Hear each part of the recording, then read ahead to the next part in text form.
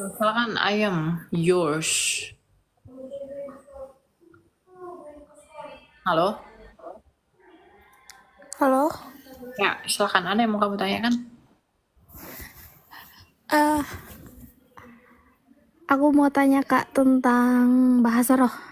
Oke. Apa yang mau ditanya tentang bahasa roh? Kan tadi aku baru denger nih dari pendapat Bapak Stephen Tong kalau nggak salah. Katanya bahasa roh yang biasa kita dengar itu dari gereja-gereja karismatik itu palsu katanya. Karena bahasa roh itu dimengerti dan bisa diuji. Jadi kalau itu gak dimengerti dan hanya asal diucapkan itu katanya eh palsu Kak. Ya, tidak ada yang salah dengan statement itu. Tapi kalau menyudutkan gereja tertentu ya nggak boleh ya, itu tidak etis ya.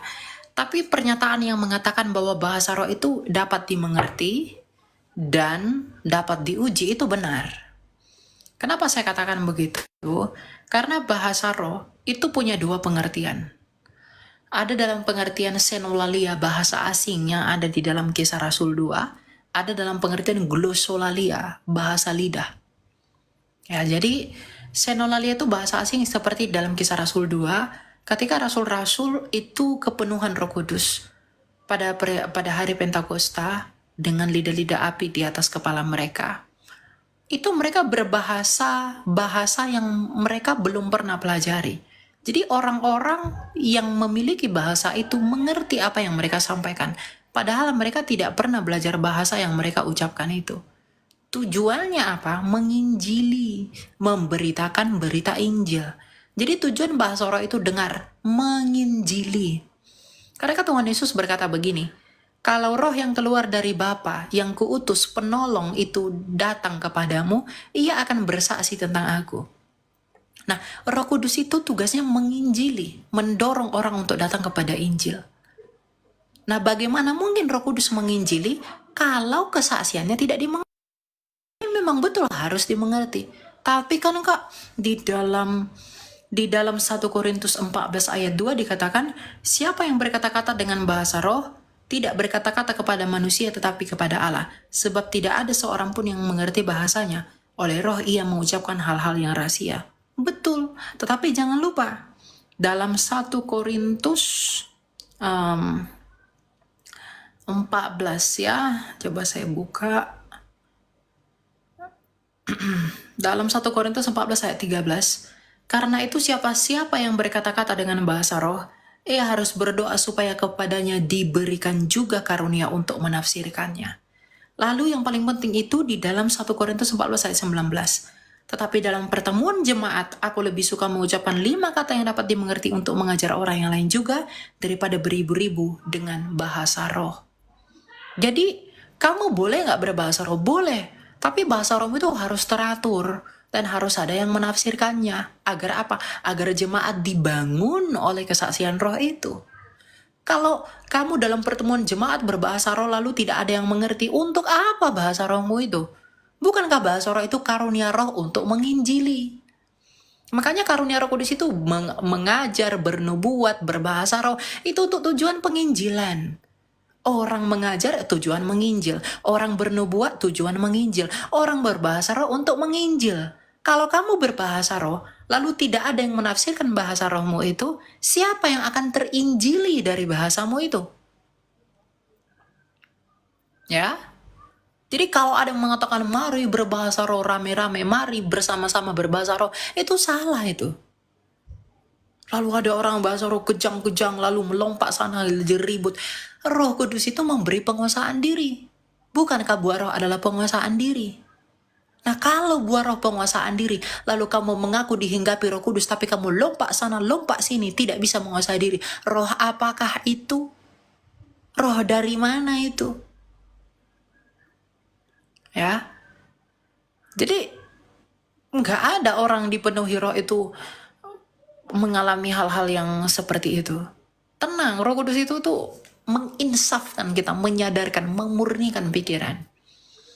Coba lihat nabi-nabi itu. Ketika diilhami roh Allah, ada nggak yang begitu? Kan nggak ada. ya. Tapi ketika kita ngomong begini, lalu mereka ini akan bilang, wah Elia kamu menghakimi, bla bla bla. Oh, dikasih tahu yang bener nggak mau.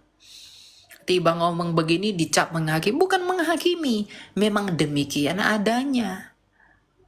Ya, saya nggak menyebutkan gereja apapun, tapi kalau ada yang seperti itu, jangan benarkan dirimu, itu salah. Karena tujuan bahasa roh itu adalah menginjili, membangun. Kalau bahasa rohmu tidak dimengerti orang lain, apa yang dibangun? Kalau kamu pun tidak mengerti bahasa rohmu itu apa, apakah kamu dibangun oleh bahasa rohmu itu? Makanya dalam 1 Korintus 14 ayat 13 Rasul Paulus berkata, siapa yang berkata-kata dengan bahasa roh, ia harus berdoa supaya kepadanya diberikan juga karunia untuk menafsirkannya. Kata Yunani menafsirkannya di sana adalah hermenia, hermenetikos. Hermeneutika. Nah, hermeneutika itu ilmu penafsiran. Jadi harus ada yang menafsirkannya.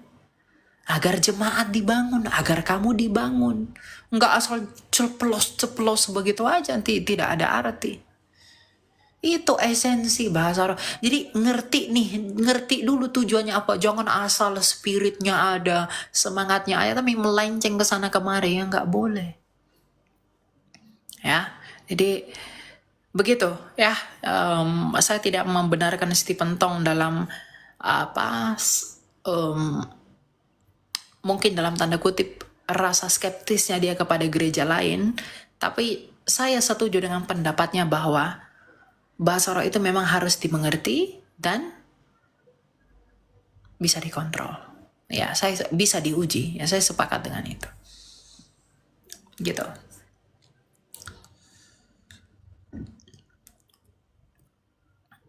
Gitu ya. I am yours ya. Berarti Kak, kalau misalnya nih kan kita berbahasa roh, tapi kita gak ngerti itu, berarti kita harus berdoa nggak Ya apa-apa harus, nggak kamu kalau harus misalnya berdoa dong. nggak, maksudnya nggak saat itu kita mengerti itu nggak masalah. Ya harus saat itulah kamu berdoa, minta Tuhan apa artinya biar kamu dibangun. Kan gitu. Oh, Iya, masa oke kamu oke. bahasa roh sekarang lalu tafsirin minggu depan? Yang mendengarkan itu belum tentu hadir di sana nanti. Lalu dia udah terlanjur ngecap, oh ini orang aneh, ini ngacap, ini enggak gitu. Gitu. Jadi bahasa roh itu begitu ya. Bukan sembarangan itu. Itu karunia. Dan karunia itu dipergunakan menurut tujuannya. Tujuannya apa? Menginjili dan bersaksi. Itu poinnya. Bisakah kamu bersaksi kalau ucapanmu nggak ada yang ngerti? Bisa nggak kamu bersaksi kalau ucapanmu tidak ada yang ngerti? Enggak sih Kak. Udah, itu tujuannya ya. Oke Kak, terima kasih. Oke, ya. Tuhan berkati.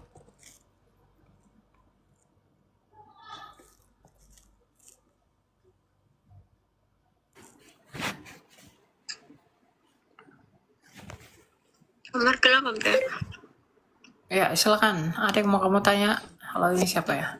Ya, ya untuk Kak Elia saya mau tanya tentang pemberkatan imam terhadap orang Israel. Itu saya sempat baca di Bilangan 6 ayat 22 sampai 27 kalau tidak salah. Ucapan berkat imam itu kan Ya. bilangan 6 ayat 22 sampai 27 Kak. Oke. Apa yang mau ditanya? Itu kan ucapan berkat imam yang saya baca situ kan untuk orang Israel. Tapi kenapa kebanyakan dipakai musikmu untuk di belakang itu? Aduh. Musikmu di belakang matikan dulu. teman-teman maaf. Saya bilang ini Kak, apa itu kan ucapan berkat imam kan yang situ saya baca kan untuk orang Israel. Tapi kenapa biasa para hamba Tuhan bisa memberkati umatnya itu biasa pakai apa mengganti kalimatnya pakai untuk kita semua begitu. Coba baca Mungkin bisa dijelaskan bisa masih bingung. Ya, coba baca Galatia 3 ayat 29. Siap. Coba baca.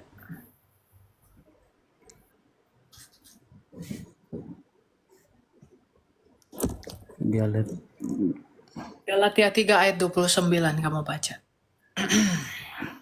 Apa dikatakan di sana? Galatia 3 ayat 29. 29. Dan jikalau kamu adalah milik Kristus, maka kamu juga adalah keturunan Abraham dan berhak menerima janji Allah. Ya udah, itu dia kuncinya. Jadi, kalau kita adalah milik Kristus, milik Abraham, miliknya Kristus, percaya kepada Yesus, maka kita juga adalah Israel yang baru. Kita adalah Israel rohani. Kita adalah Israel yang sejati, ya. Di dalam berapa ya? Efesus 2 ayat 12 coba. Coba buka Efesus 2 ayat 12. Ayat 12 atau 13. Coba ayat 12. Buka mikrofonnya, brother, biar kita dengar. Efesus 2 ayat 12. Ya. Coba. Efesus 2 ayat 12 ini tentang dipersatukan dalam Kristus. Ayat 12, bahwa waktu itu kamu tanpa Kristus tidak termasuk kewargaan Israel dan tidak mendapat bagian dalam ketentuan-ketentuan yang dijanjikan, tanpa pengharapan dan tanpa Allah di dalam dunia. Ya, tanpa Kristus, ya kita tidak akan dianggap sebagai pewaris janji. Jadi, kenapa orang Kristen boleh diberkati dengan dalam janji berkat dalam Bilangan 6 ayat 22? Karena kita adalah milik Kristus. Bukankah Israel itu adalah keturunan Abraham? Lalu ketika kita menjadi milik Kristus lalu kita disebut sebagai keturunan Abraham, artinya apa? Kita adalah Israel yang baru. Ya, orang Kristen yang percaya kepada Yesus itu adalah bangsa Israel yang baru. Jadi kalau kita adalah Israel yang baru, maka kita berhak menerima janji berkat itu. Dan janji berkat itu apa? Yang kamu sebutkan tadi. Ya. Abisa pernah menanyakan itu, tapi dia bilang apakah Israel yang baru bisa menggantikan Israel yang lama gitu. Abisa pernah menanyakan hal ini, tapi cuma dong ada yang bahas-bahas begitu jadi. Makanya saya ingin tanya saja di kakak. Ya.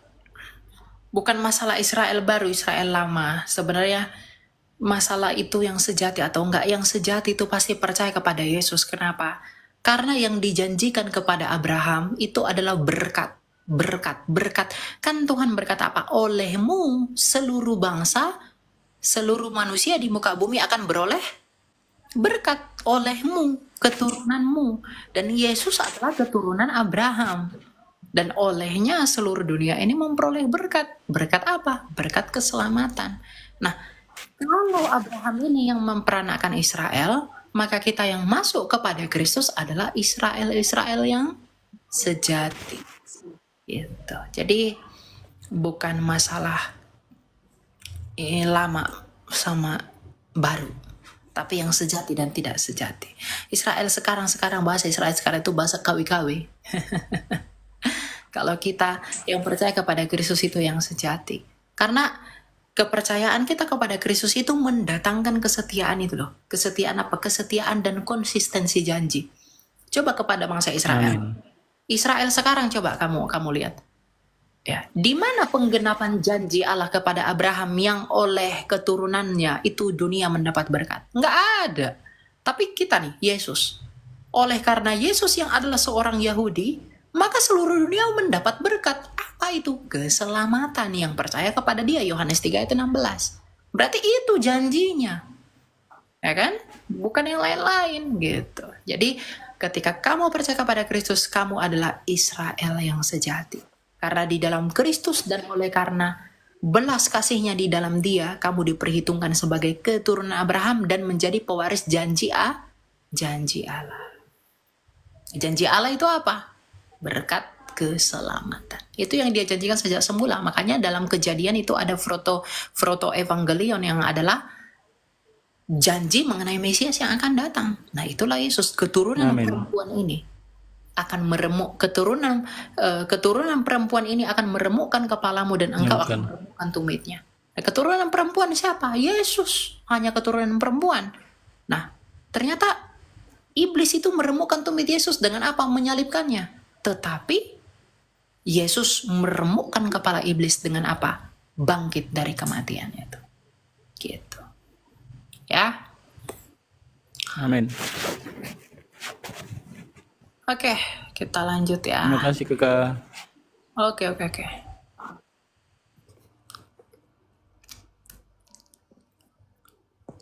Jadi di situ ya poinnya ya.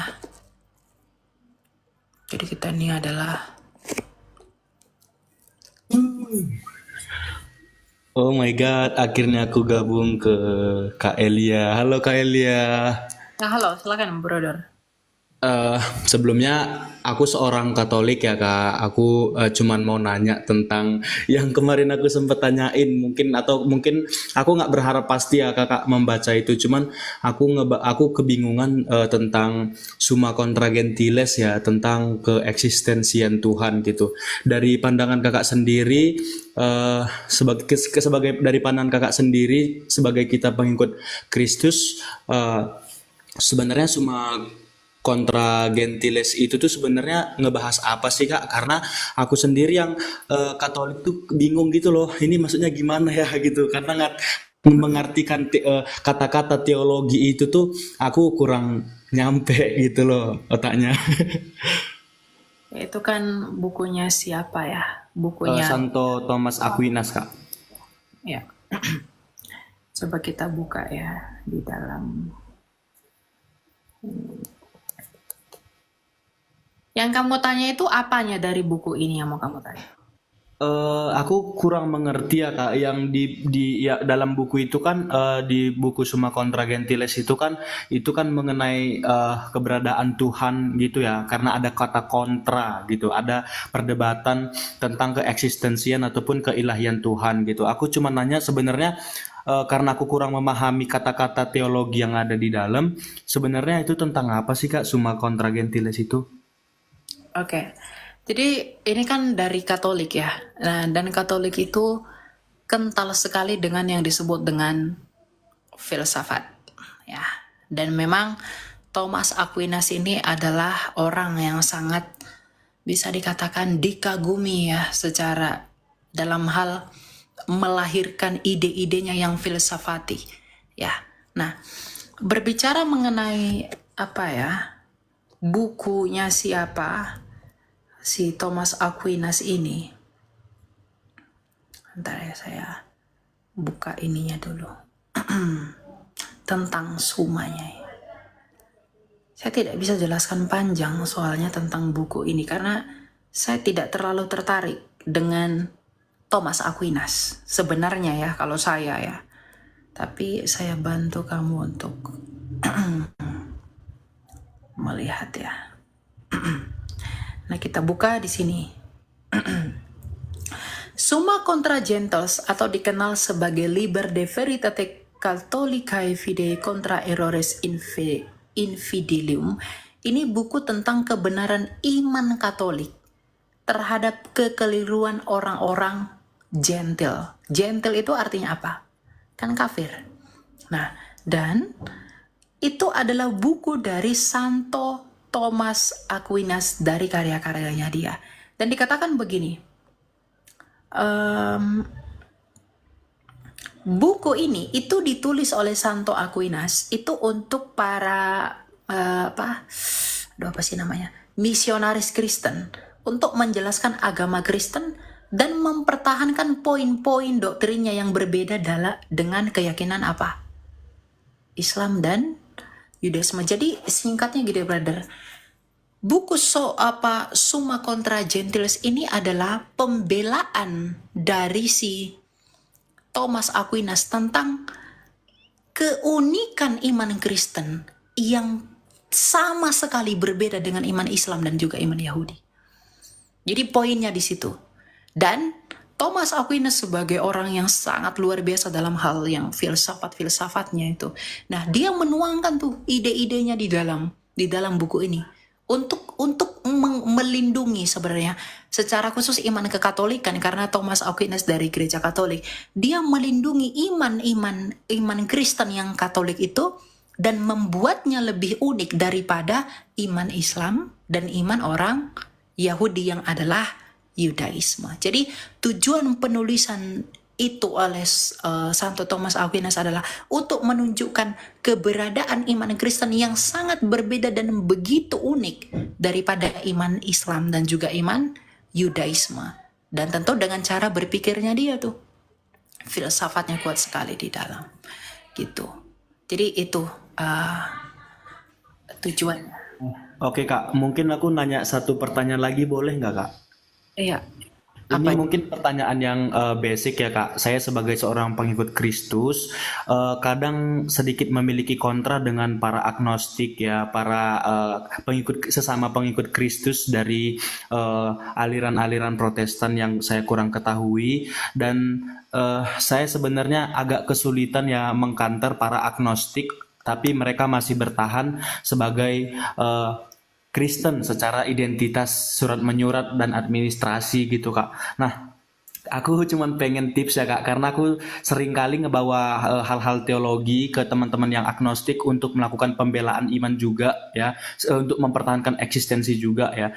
Kira-kira boleh nggak sih Kak dikasih tahu tipsnya gimana sih caranya sebenarnya untuk sebagai kita pengikut Kristus supaya kita bisa tetap eksisten untuk berdebat dengan orang-orang agnostik, karena orang-orang agnostik ini walaupun dia Kristen sangat-sangat banyak sekali akal mereka gitu untuk melakukan pembelaan terhadap diri mereka sendiri Kak.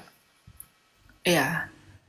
Poinnya itu adalah sebenarnya masalahnya itu bukan pada perdebatannya, tapi pada hikmat yang dia pakai untuk mengerti.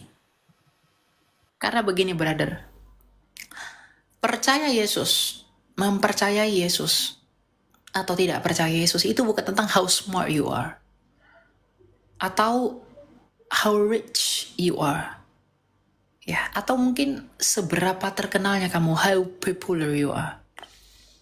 Percaya atau tidak percaya kepada Kristus bukan tentang berapa kuat kamu, berapa kaya kamu, betapa powerfulnya kamu, betapa pintarnya kamu, no.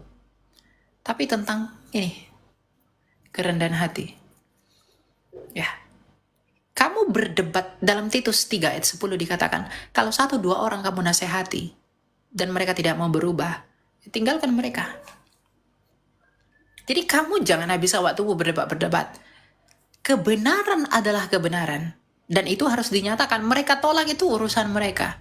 Tapi kan Kahelia perlu berargumentasi dan lain sebagainya. Betul. Nah, apa yang harus kamu persiapkan untuk itu? Kamu ajari mereka untuk rendah hati dulu. Kamu mengajarkan mereka dengan rendah hati untuk apa? Ingatkan mereka atas apa? Siapa mereka yang sebenarnya? Melalui apa? Dosa-dosa mereka. Dan apa yang telah mereka lakukan. Orang-orang yang selalu menuntut perdebatan, orang-orang yang selalu berusaha ngehap lawannya, itu adalah orang-orang yang merasa bahwa dia mampu, dia tinggi dan dia bisa. Tidak orang-orang yang merendahkan dirinya. Jadi kunci kamu mengerti kerajaan Allah itu apa? Rendah hati dulu. Kalau kamu sudah rendah hati, maka hikmat itu, bukankah Tuhan mengasihani orang-orang yang rendah hati? Dan dia membenci orang-orang fasik yang meninggikan diri. Karena siapa yang merendahkan diri akan ditinggikan, siapa yang meninggikan diri itu akan direndahkan. Ya, masalah metode kamu, saya harus pakai cara berpikir apa? Kamu boleh pelajari semua filsafat deh. Nah, kalau berbicara dengan agnostik itu sebenarnya gini, banyak orang-orang menyerang iman kekristenan itu dengan filsafat-filsafat, apalagi agnostik. Tapi mereka pun keliru mendefinisikan filsafat itu apa. Filsafat itu kan sejatinya adalah ranah dunia berpikir. Tempat kita berpikir. Tempat kita memikirkan, kenapa ya kakinya begini ya? Kenapa ya dia bentuknya seperti ini? Itu dipikirkan secara filosofi. Makanya filsafat itu dari kata apa? Filosofos. Ya, filosofi. Jadi segala sesuatu tuh, ada filosofinya tuh. Ya. Dan mereka lupa mengenai Kristus sejak semula itu jauh lebih tua dan jauh lebih awal daripada filsafat itu sendiri. Musa itu filsuf loh, Adam pun itu filsuf. Ya. Nah, tapi orang-orang yang baru belajar filsafat, mereka gunakan filsafat Yunani untuk mengukur Yesus. Padahal bapak filsafatnya orang Yunani itu Thales yang paling tua. Itu masih jauh di bawahnya Salomo.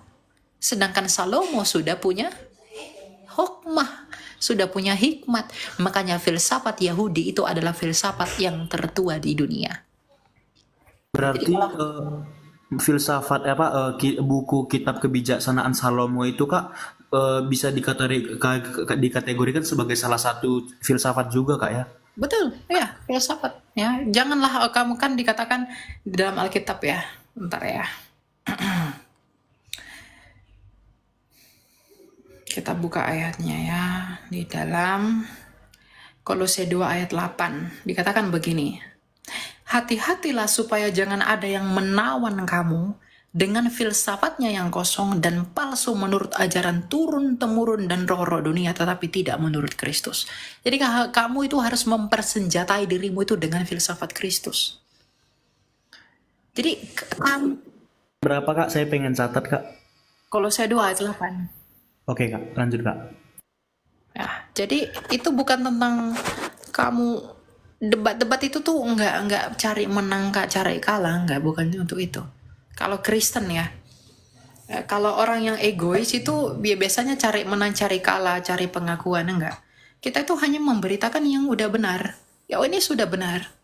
Kalau kamu tolak kebenaran itu, bukan kebenaran itu yang melenceng, tapi kamu yang tahu tidak mau, kamu sendiri yang melenceng dari apa yang benar itu. Jadi bagaimana caranya saya menghadapi orang-orang agnostik kalau saya berdebat dengan mereka? Ya kamu perlu belajar banyak hal yang bisa meng-counter mereka. Kalau mereka biasanya bawa-bawa filsafat, saya selalu bilang, filsafat yang kamu pakai itu terlalu bocil untuk memandang dan menilai Kristus. Kenapa saya katakan begitu? Karena mengenai hikmat dan mengenai sang hikmat, itu sudah difilsafati oleh orang Yahudi sebelum adanya Yunani. Ya, jadi kalau orang banyak gaya, banyak bicara, menurut filsafat begini, secara epistemologi begini, saya bilang nggak ada gunanya itu. Kosong semua itu, tidak berguna. Kenapa? Karena sebelum yang kamu ucapkan itu ada, hal-hal mengenai Kristus itu sudah ada sejak di zamannya Daud dan di zamannya Salomo.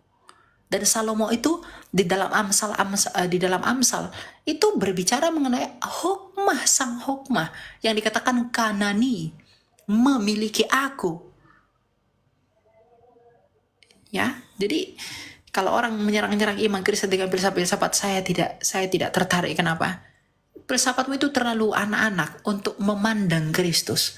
Karena mengenai Kristus sudah ada sebelum filsafatmu itu ada. Simpelnya begitu. Ya. Lalu kalau orang lawan Kristus, lawan kekristenan itu dengan logika ya, tergantung nalarmu sanggup atau tidak menerima, ya. Orang-orang itu kadang tidak bisa menempatkan diri, menempatkan ilmu pengetahuan itu. Dia tidak mengerti mana ilmu yang rasional, mana ilmu yang kontrarasional, mana ilmu yang suprarasional. Ya. Bahkan Einstein aja yang adalah ilmuwan, itu mengakui eksistensinya Tuhan. Tapi meskipun dia tidak bisa menjelaskan definisinya secara pasti. Jadi kalau orang ngomong Tuhanmu nggak masuk logika bla bla bla bla bla bla bla, ya kamu masak Tuhan kamu rasio, kamu masak Tuhan kamu rasionalkan. Tuhan itu di atas rasio. Kalau Tuhan sampai rasional, dia bukan lagi Tuhan. Kan simpelnya begitu. Makanya definisi iman itu apa? Kamu tahu nggak definisi iman itu apa? Percaya Kak? Kepercayaan? Bukan.